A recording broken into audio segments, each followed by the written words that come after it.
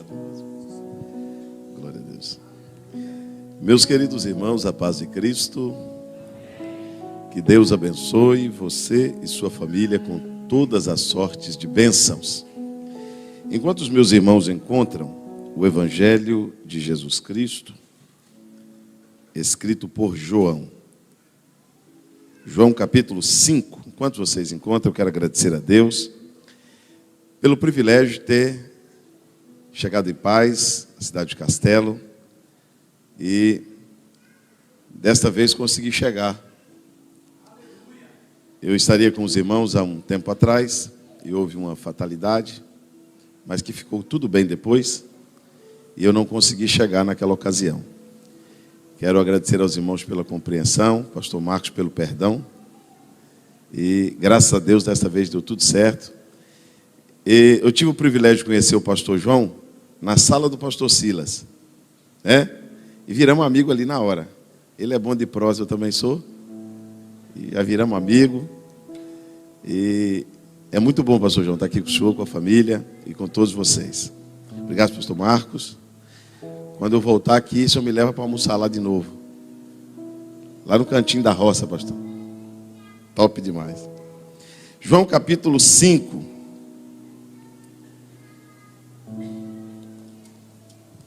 João, capítulo de número 5.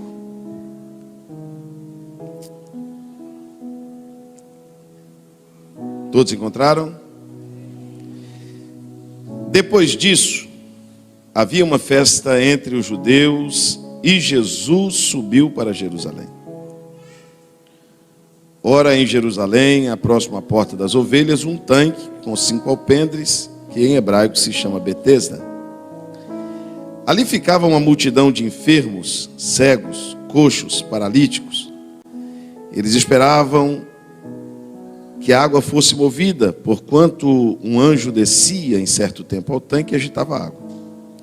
O primeiro que entrava no tanque depois da água agitada, sarava de qualquer enfermidade que tivesse. Estava ali um homem que estava enfermo há 38 anos. Jesus, vendo este deitado e sabendo que estava naquele estado há muito tempo, perguntou-lhe: queres ser curado? O enfermo respondeu: Senhor, eu não tenho homem algum que me coloque no tanque quando a água é agitada. E quando eu tento entrar, chega outro antes de mim. Então Jesus lhe disse: levanta, toma a tua cama e anda. Imediatamente o homem ficou curado, tomou a sua cama e começou a andar. Versículo de número 14. Mais tarde, Jesus o encontrou no templo. Repitam comigo bem forte. Mais tarde. Mais forte. Mais tarde.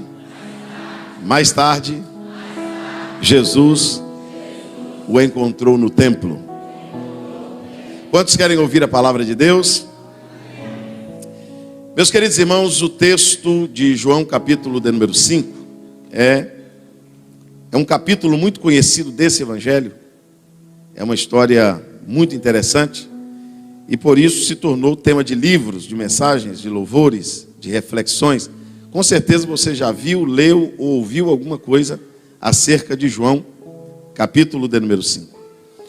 O texto começa a nos dizer que em Jerusalém havia uma festa. O que havia em Jerusalém? É bom entender que essa festa, pastor João, era uma festa religiosa. Não era uma festa pública para todo mundo, era uma festa entre os judeus. Era uma festa entre os judeus. E Jesus, como judeu, sobe a Jerusalém e Jesus está indo para a festa. Para onde Jesus está indo? Porque em Jerusalém está tendo o quê? Uma festa. Só que quando Jesus chega em Jerusalém, Jesus se lembra que em Jerusalém não tem só uma festa. Em Jerusalém também tem um tanque. E lá no tanque não tem festa. Imagina os irmãos que dentro da mesma geografia, da mesma cidade, está tendo uma, e na mesma cidade tem um. Então você imagina que tem um na festa, dançando, sorrindo, celebrando, comemorando, e do lado tem um no tanque, gemendo, chorando, sofrendo. Porque a geografia não determina. Tem gente que está aqui, ó. Aqui nós temos olha a quantidade de pessoas. Tem gente aqui no melhor momento da vida. Tem gente aqui no pior momento da vida. Tem gente aqui no melhor momento do casamento. Tem gente no pior. Tem gente vivendo o melhor tempo da saúde. Tem gente vivendo o pior momento. E está todo mundo na mesma cidade. Na mesma igreja. No mesmo lugar. Quando Jesus chega em Jerusalém, Jesus faz uma coisa, pastor Marcos, só ele sabe fazer. Ele muda o itinerário. Porque Jesus sobe a Jerusalém para ir onde? Vamos lá? Só que Jesus, quando chega em Jerusalém, diz assim: eu vou na festa, mas não vou agora. Para onde o senhor vai agora, Jesus? Agora eu vou no tanque. Quem está na festa já está feliz, quem está na festa já está comemorando, quem está na festa já está celebrando, quem está na festa já está alegre. Eu primeiro vou visitar quem está chorando, quem está gemendo, quem está sofrendo. E Jesus agora, em vez de ir para a festa, vai para o tanque. Lá no tanque tem uma multidão de cego, de coxo, de paralítico, de ressecado. Lá não tem gente feliz. Lá não tem comemoração. Lá não tem felicidade. Lá não tem celebração. E no meio daquela multidão, um homem chama a atenção de Jesus. Era uma multidão de enfermos. Quantos enfermos?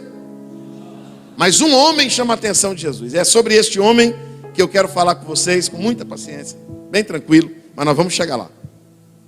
Esse homem tinha um problema. E é sobre o problema deste homem que eu quero pregar. Na verdade, esse homem estava ali, na beira do tanque, porque ele queria ser, está vendo como todo mundo sabe? Ele queria ser curado. E o problema dele não era a doença. Sabe qual é o maior problema que nós enfrentamos como igreja hoje?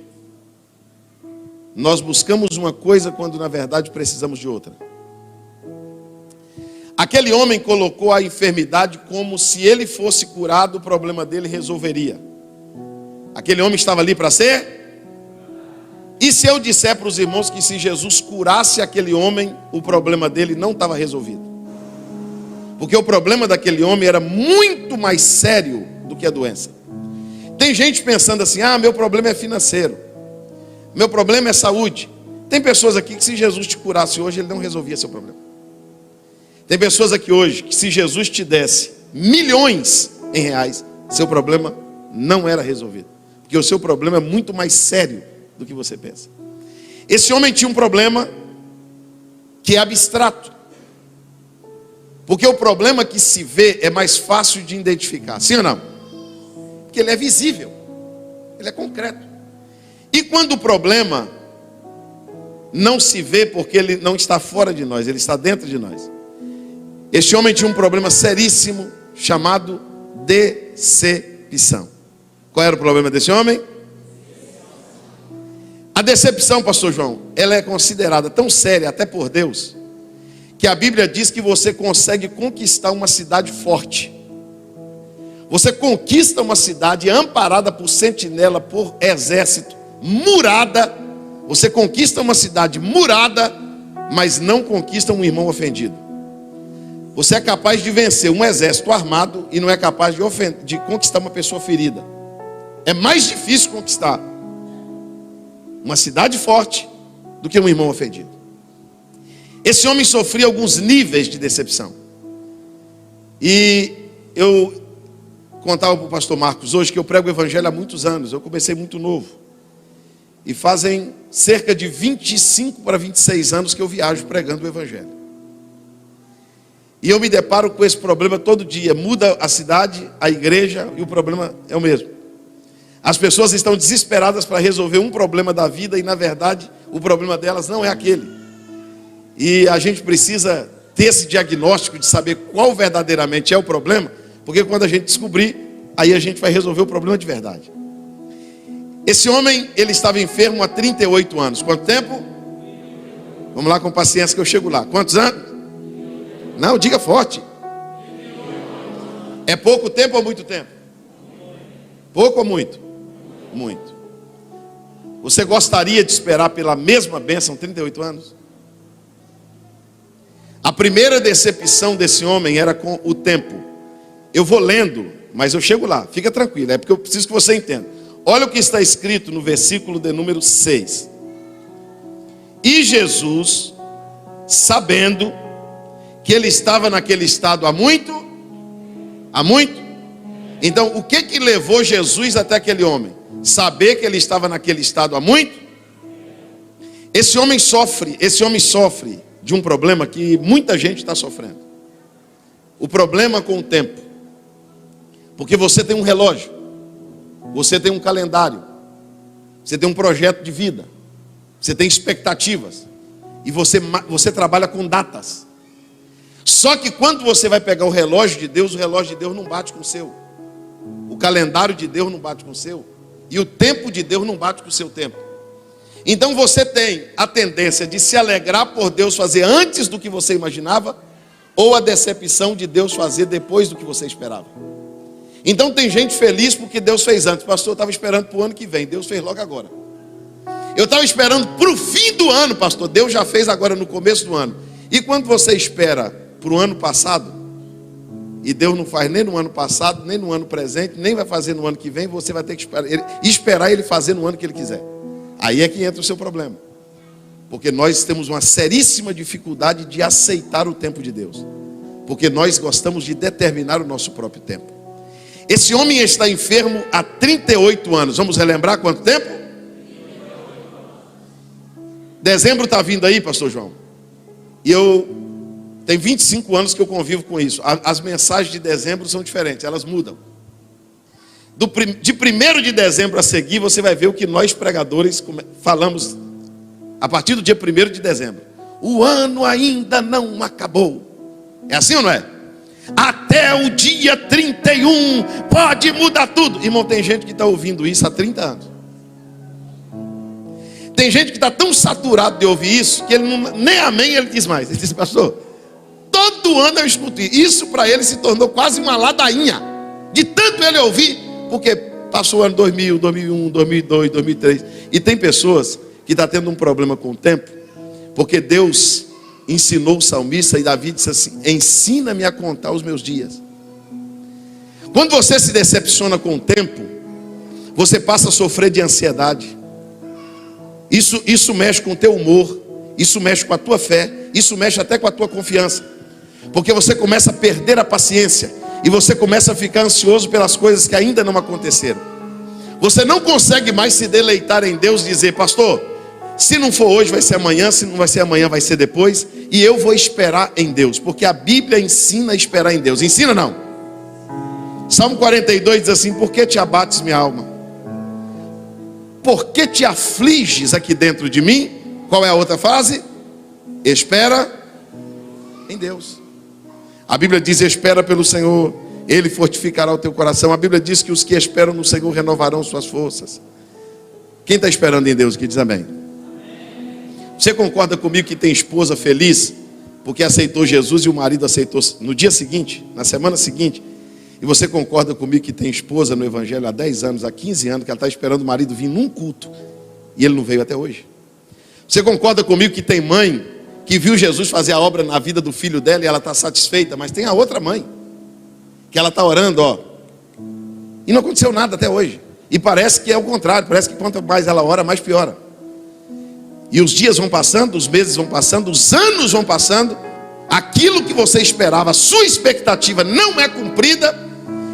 E Salomão foi muito claro em escrever que a esperança demorada adoece o coração. Toda pessoa que espera muito tem um coração doente. Não é que ele perdeu a fé, o coração dele se torna um coração triste, de tanto esperar, porque o tempo machuca. Só quem já esperou sabe. Quem já esperou aqui pela mesma bênção muito tempo, mas muito tempo mesmo, é difícil esperar ou não? É tão difícil esperar, irmão, que você não gosta de fila nem em banco.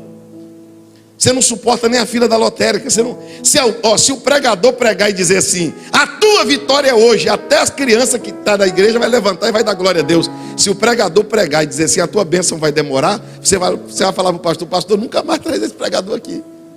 Porque você não aceita que vai demorar. Agora pergunta para o teu irmão assim, e se demorar? E se demorar? E se não for hoje? E se não for em 2023? Você vai terminar o mês de dezembro dizendo: ainda que a figueira não floresça, ainda que não haja fruto na vide, ainda que o produto da oliveira minta, ainda que no curral não haja gado, ainda que as ovelhas sejam arrebatadas, todavia eu me alegrarei no Senhor. Levanta comigo, quem está esperando em Deus, levante as duas mãos aos céus, bem alto, bem alto, bem alto, bem alto. Deus te trouxe aqui esta noite para te dizer: eu controlo as estações e o tempo. Quando eu quero, eu faço parar o sol. Quando eu quero é rápido, quando eu quero demora. Deus faz tudo no seu tempo e na sua hora, porque Deus não trabalha nem com o nosso relógio, nem com o nosso calendário. Mas não tem a sua promessa por tardia, porque fiel é aquele que prometeu. Quem acredita nisso, diga glórias a Deus. Talvez você entrou aqui hoje decepcionado com o tempo. Pastor, minha bênção não chega, pastor. Pastor, eu estou vendo gente contar vitória aí na segunda campanha, na primeira campanha. Qual dia que é da vitória aqui, pastor João? Quinta-feira. Pastor, eu vi gente contar vitória aqui na primeira campanha. Pastor, eu estou fazendo campanha desde que a igreja existe. Pastor, eu já fiz 10, 20, 30 campanhas. Tem gente que já fez 40, tem gente que já fez 50. Mas esse negócio é tão sério. Escute isso aqui, eu vou te provar na Bíblia, mas eu vou chegar lá. Só precisa da tua paciência. Pastor João, um homem chamado Elias, sobe para o monte, coloca o rosto no chão e vai orar. Aí ele diz para o moço assim: olha, eu vou orar, você vai ali e olha para a banda do mar para ver se o clima mudou, porque eu vou orar para chover. E a mudança de clima aparece lá. Vai lá e vê se mudou. Aí o Elias está aqui com o rosto no chão orando.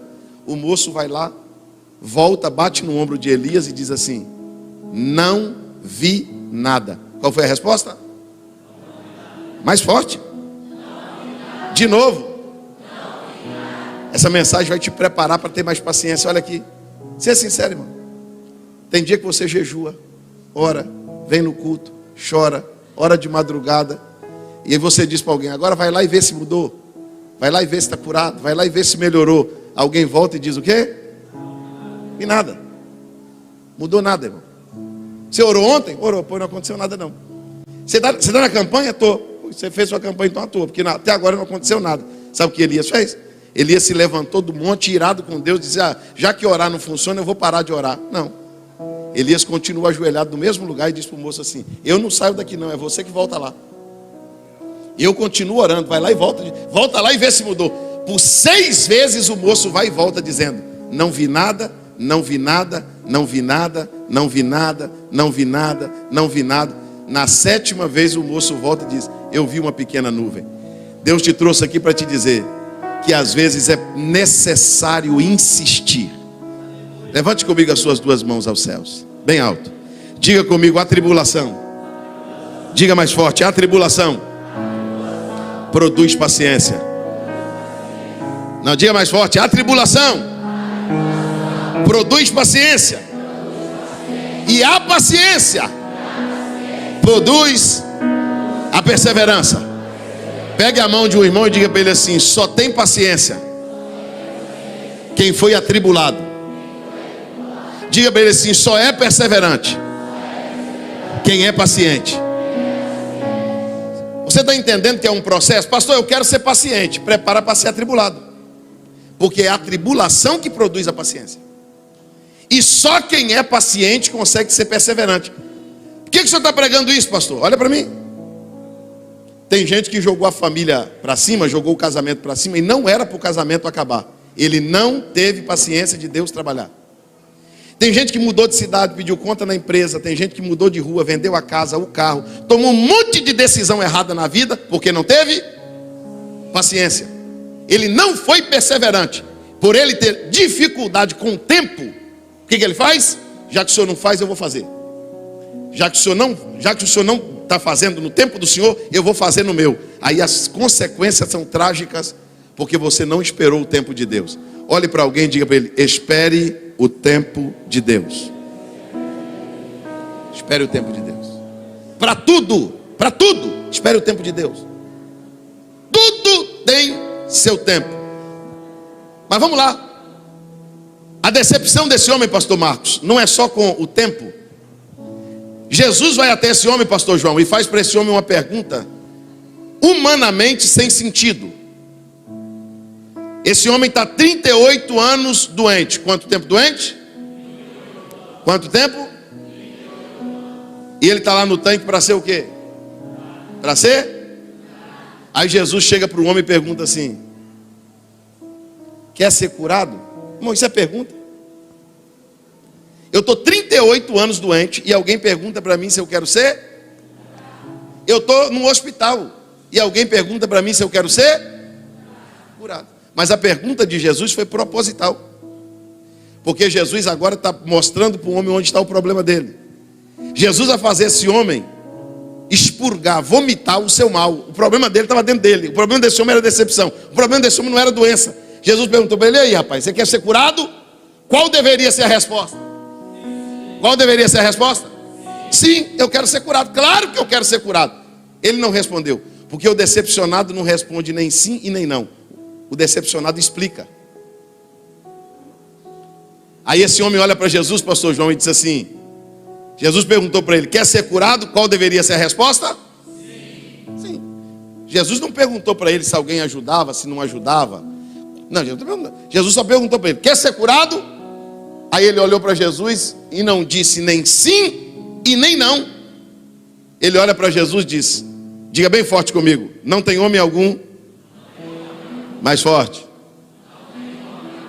que me ajude. Mais uma vez. Se a primeira decepção dele era com o tempo, a segunda é com quem? Com os homens. Sabe o que esse Jesus está dizendo para esse? Sabe o que esse homem está dizendo para Jesus? Eu não acredito nos homens. Nós estamos vivendo uma época em que a pessoa está tendo dificuldade de acreditar no semelhante. Você vai encontrar, escuta aqui, essa mensagem é para hoje. Alguém aqui precisa dessa mensagem hoje. Não podia nem ser semana que vem, tinha que ser hoje. Deu errado da outra vez, pastor João, para mim chegar aqui hoje. Escuta aí. Quando você vê uma pessoa dizendo assim: cuidado com o amigo, hein? Seu amigo é Jesus, hein? Seu amigo é sua mãe. Esse camarada tem um problema. Essa mulher tem um problema. Quando você vê uma pessoa dizendo assim: os meus amigos todos não cabem na minha mão, não bate palma para ele. Ele está errado. Jesus disse assim que tem amigo que é mais chegado que um irmão. A Bíblia diz que em todo tempo ama o amigo e na angústia nasce o irmão. Quem não tem amigo é que tem problema. Bem-aventurado é o homem que tem muitos amigos. Ele não vai nem ter medo quando enfrentar o inimigo na porta. Pastor, e por que tem gente que não tem amizade? Puxa o histórico, puxa a capivara dele. Foi traído. Ele contou o segredo para alguém que delatou. Alguém comeu na mesa dele e traiu a amizade dele. Alguém desrespeitou a família dele.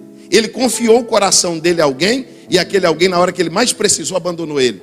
E ele passou a ter aversão. Você sabia que a doença tem uma síndrome? Eu não conheço nada de psicologia, mas tem uma síndrome que só pega, é uma doença emocional, que só pega quem cuida de gente. Síndrome de Burnout. Acho que o nome é esse mesmo. A pessoa passa a ter aversão ao ser humano, não acredita mais nas pessoas. Você conhece alguém que não acredita mais em igreja? Você vai falar de igreja: pai, vamos lá na minha igreja. Minha igreja é uma bênção. Você fala assim: não, igreja nenhuma presta não. Gosto de igreja não. Pai, vamos lá conhecer meu pastor. Pai, meu pastor é gente boa. Não, pai, pastor nenhum presta. Ele teve problema com um pastor. Chega para uma irmã que está aí precisando de casar, pai, precisando de sair da fila, mas teve tanto problema com relacionamento, com traição. Você chega para ela com uma palavra boa: ô irmã, você vai casar? Ela diz: homem nenhum presta.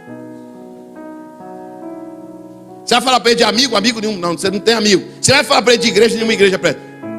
Então quer dizer que o problema é o mundo? Todo mundo está errado, só eu estou certo. Esse homem tinha um problema tão sério que algumas pessoas não acreditam mais em família. Você vai encontrar gente na igreja dizendo assim: pastor, meus amigos são de fora. Eu tenho mais amizade com as pessoas de fora que com as pessoas da minha casa. Eu não gosto de parente. Eu escuto isso todo dia, alguém dizer: não gosto de parente não, pastor. Eu não tenho sorte com parente não. Parente não presta. Está errado. Ele sofreu uma decepção e por causa da decepção que ele teve, ele está colocando todo mundo dentro do mesmo saco. Esse homem agora tem uma séria decepção com os homens. Você já percebeu que tem pessoa que tudo que ele faz ele é parcial? Ele não mergulha no que ele faz. Ele dá um pedacinho do coração, ele põe um pé dentro, o outro fica fora. Ele é um amigo desconfiado. Ele é um membro da igreja desconfiado. Ele está num relacionamento, mas ele não se entrega, ele fica ali desconfiado. E o medo de acontecer tudo de novo? E o medo de traírem ele de novo? E o medo dele sofrer tudo outra vez? Jesus foi lá, não foi para curar aquele homem, porque aquele homem podia até morrer doente se a decepção dele fosse tirada. O problema daquele homem é que ele tinha um problema muito pior do que a doença e não sabia. Mas hoje Jesus veio trazer você aqui, porque Jesus vai curar os seus relacionamentos. Levanta comigo as suas mãos aos céus. Jesus vai curar a sua família. Jesus vai curar suas amizades. Quem crê nisso, diga glória a Deus. Jesus vai te cercar de pessoas boas. Jesus vai te mostrar que tem gente boa e gente que gosta de você. Jesus vai sarar teu relacionamento, tuas amizades, sua família. Quem crê nisso, diga glórias a Deus.